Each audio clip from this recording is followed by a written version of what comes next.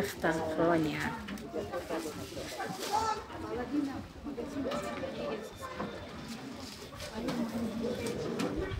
Θα ήθελες να ήσουν νέα? Θα ήθελες να ήσουν νέα ξανά? Όχι. Δεν θέλω άλλο να παντρευτώ. Νιώθω άμα είσαι θα παντρευτείς. Και εγώ τώρα πέρασα τα. Δεν θέλω άλλο. Δεν σου λείπει? Νιώθω είσαι είναι πιο καλό. Τρέχεις, κάνεις, δεν κουράζεσαι, δεν είσαι τόσο άρρωστος. Τώρα άμα γεράσεις, τα χρόνια πάνε όλα έρχονται. Προβλήματα πολλά. Είναι εδώ. Κάτσε να ανοίξω κάμερα. Γιατί αγαπάς το να βγεις στο βίντεο, παράτα την. Α, Ζηλιάρης. Γιατί δεν πήρες την Κατερίνα από τέτοιο? Добрый вечер. Εσύ? Έρθες να βοηθάς πάλι. Да. Απληρώνεις. Κύριε, αδερφός μου, δεν πληρώνω.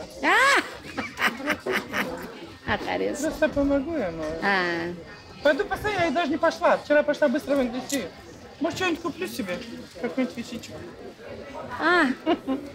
Πει. Пока не пью. Λούτσα, ας έρχεσαι και εσύ πά. Μπορεί, άμα δεν κι άπινες.